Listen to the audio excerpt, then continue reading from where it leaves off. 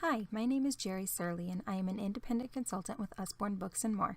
Today I'm going to give you a quick tutorial on how to create graphics using Canva. When you first log into your account on canva.com, your page will look similar to this. Now if you haven't created any graphics, all of these will not be there. Along the left side here you'll see some different options. You have created design, all your designs, which brings you to the page like this. You'll have shared with you. Now if somebody creates a graphic and emails it to you and you are able to edit it, it will be here under shared with you. When you create a team, you have the option of adding up to 10 people to your team so that way they can easily access your graphics. Under your brand, you have the option to set defaults for your Canva. In the free version, you can upload 3 separate brand colors. Unfortunately, the fonts, uploaded fonts, and logos are not available in the free version. Canva has also created templates that you can use as well. So when I design a graphic, I go up here to create a design. When the page loads, you will see a bunch of pre-made size graphics that Canva has already created. However, when I create a graphic, I always use custom dimensions. I have found that when using custom dimensions and using larger dimensions, it gives me a much better quality graphic. So if I'm doing a graphic just simply for my page or for a party, I go no smaller than 2000 by 2000 square. When your page loads, it will look something similar to this. Along the left side, you will see some different options. You have the option to search through the millions of images that Canva has already preloaded. You'll have layouts to choose from. You'll be able to choose from different elements such as different shapes or divider lines. You'll have the option to add text, to change the background, whether it be a solid color or into a pattern, and also access any uploads. So any images that you may have uploaded, any images you may have purchased, or if you have linked your Facebook account, you'll also have access to your Facebook photos. Today I'm going to show you how to create a simple graphic using some of our books that incorporate space. So the best way to find book cover images for these graphics is to look on your e-com website. In doing so, you'll make sure you have the right book cover, but you'll also make sure that the book is actually still in print. So since I'm going to be doing space, I'm just going to search for space. Then I'm going to go ahead and click on Look Inside Space. Once that page loads, this is the image you'll want. In order to make sure that you have the largest image available, you'll want to right-click on the book cover image and select Open Image in New tab. Once that loads, you'll see the image is actually pretty small. If you go up here in the address bar, you can see the underscore 300. You'll want to delete that. Hit enter. And all of a sudden, your book cover graphic is much larger. So you'll want to save that to your computer. So right-click, select Save Image As, and save it in a place where you can find it easily, and save it as something that you'll recognize as well. Okay, then go back to your Canva graphic design page. In order to use the images, you'll need to upload them to Canva. The best thing about Canva is you can upload more than one at a time. So just go ahead and select all that you want. Click Open. And then as they are downloaded, you will see this green bar go across the image to let you know that it has been completely uploaded to your page. Okay, and then to actually add them to your graphic, all you need to do is just click on the image itself.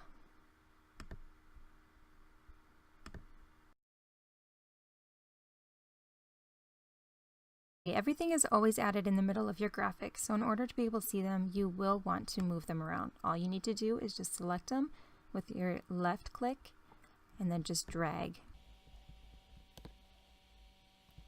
To resize them, you just need to click on these circles and just drag to a different size.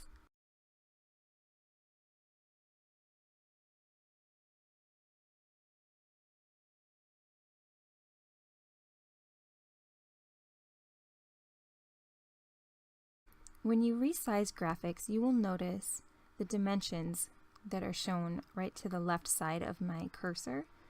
If you're trying to get all your graphics the same size, make sure you pay attention to those numbers because it'll be very helpful. You'll also see these dotted lines that show across the graphics as I move them around. Those are kind of guidelines to help you make sure that they're centered if you're wanting them centered, or aligned at the top if you want them at the top. Just an easy way to help make your layouts go a little bit easier.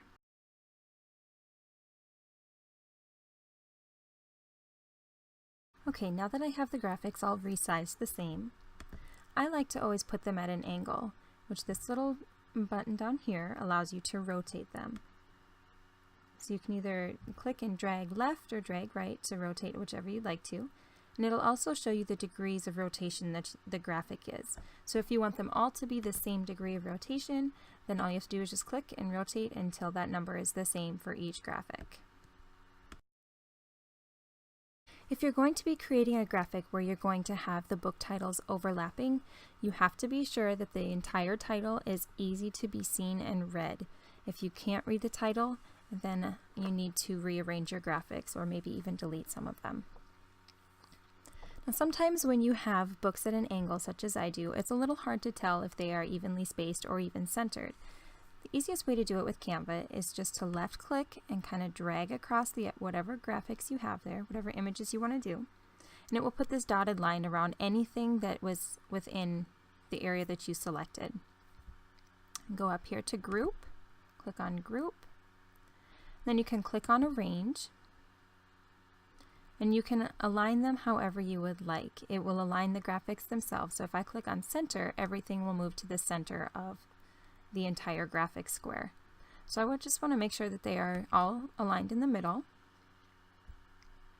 But then I also like to make sure that they are evenly spread across the page. So then I always go space evenly horizontal, so that way it'll space them evenly. So let me do the same thing here to the bottom. If you have different size graphics, sometimes it's easier to align to the top or align to the bottom. It's all your personal preference.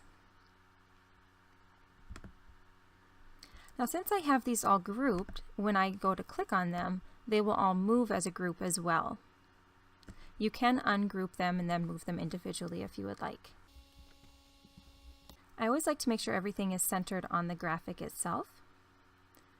So that you see that line down the middle of the graphic, that shows me that that is the center of the images that I've inserted, as well as the graphic page itself.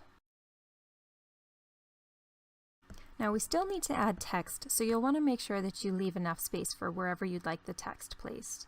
In my case, I'm going to put some at the top and some at the bottom.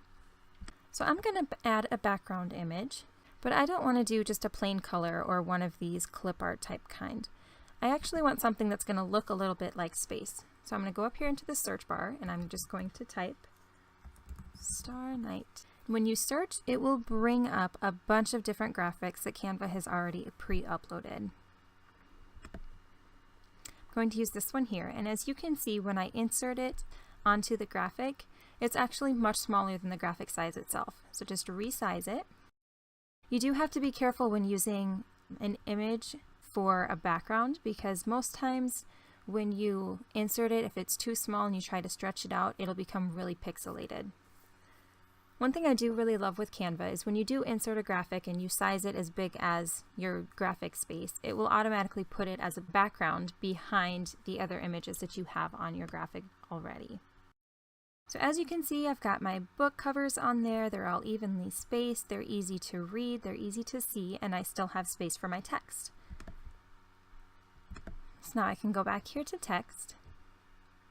And Usborne has some very specific fonts that they ask us to use.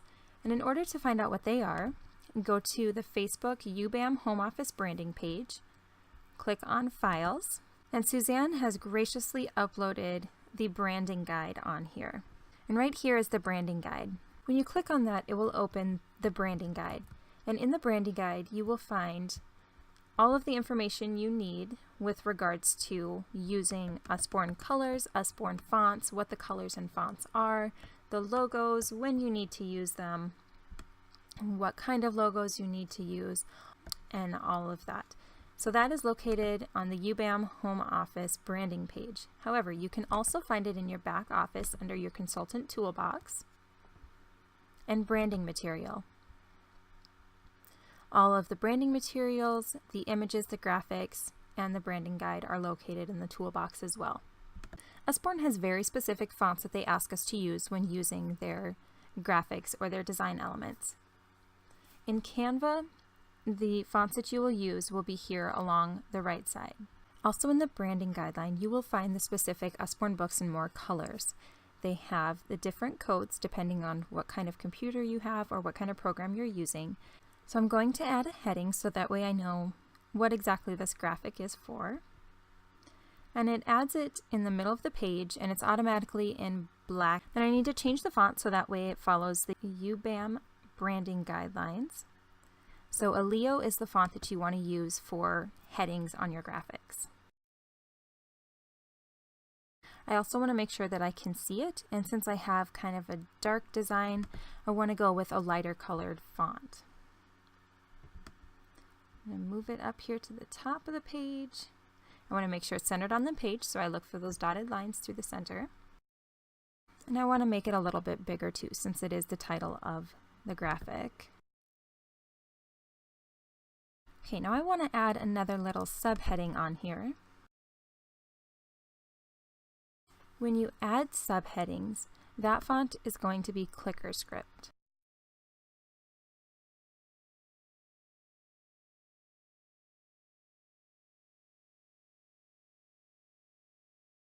So my graphic isn't quite done. I like to kind of bring a little bit of a call out to my titles. So Usborne has graciously provided different design elements for us.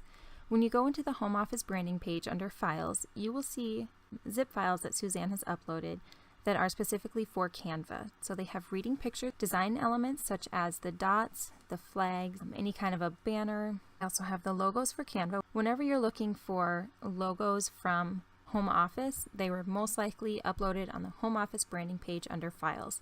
They're also located in our consultant toolbox in our back office. So I think I want to add a blue banner to this graphic. So I'm going to click on my design elements. If a graphic has been designed for web, it will say web. If it was designed for print, it will have print at the end. So I'm going to upload my blue banner on the web. And you'll want to make sure too that any kind of the design elements that you add, or even the book covers, that they all have a clear background.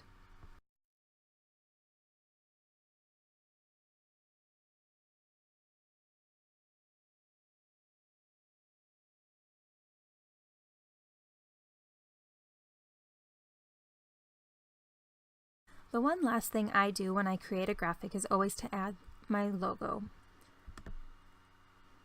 Now those are also found in the design elements. You have to make sure that you're using the right logo. So if you are just an independent consultant, make sure you use the independent consultant. If you have passed the educational consultant test and you are an educational consultant, you can use that one. The plain one is usually used or reserved solely for the home office. If you have any questions regarding logos, just refer to your branding guide and any questions should be answered in there. Now when you have a colored background or dark background, you'll want to use either the solid white or the solid black, depending on what the background is. The colored logo is reserved solely for white backgrounds or very light colored backgrounds. So now that I have it uploaded, I'm going to go ahead and add it. When you add your logo, you want it to be easily visible, but you also want to make sure that it is a size that it's going to be easily read as well. So you can resize them. Just make sure that they're not too small, make sure it's the right color. And I also like to make sure that I leave enough space around it, so that way if the graphic gets cut off, whether it be viewed on a smartphone or on a tablet, and sometimes Facebook kind of cuts the edges of graphics, I always like to make sure that I leave enough space around it to allow for any editing that may happen. Okay, once you have finished your graphic, you'll want to look up here. If it says unsaved changes, that means that you have made changes to your graphic that Canva has not saved. Now Canva will automatically save your graphic every few minutes, but occasionally you finish your graphic in the middle of Canva's saving times. So just go ahead and click on File, Save, and it will show all changes saved. You'll want to make sure that the title of your graphic is something that you'll be able to see easily. Once you have it done, you can go ahead and click Download, and it will automatically save into your download folder on your computer.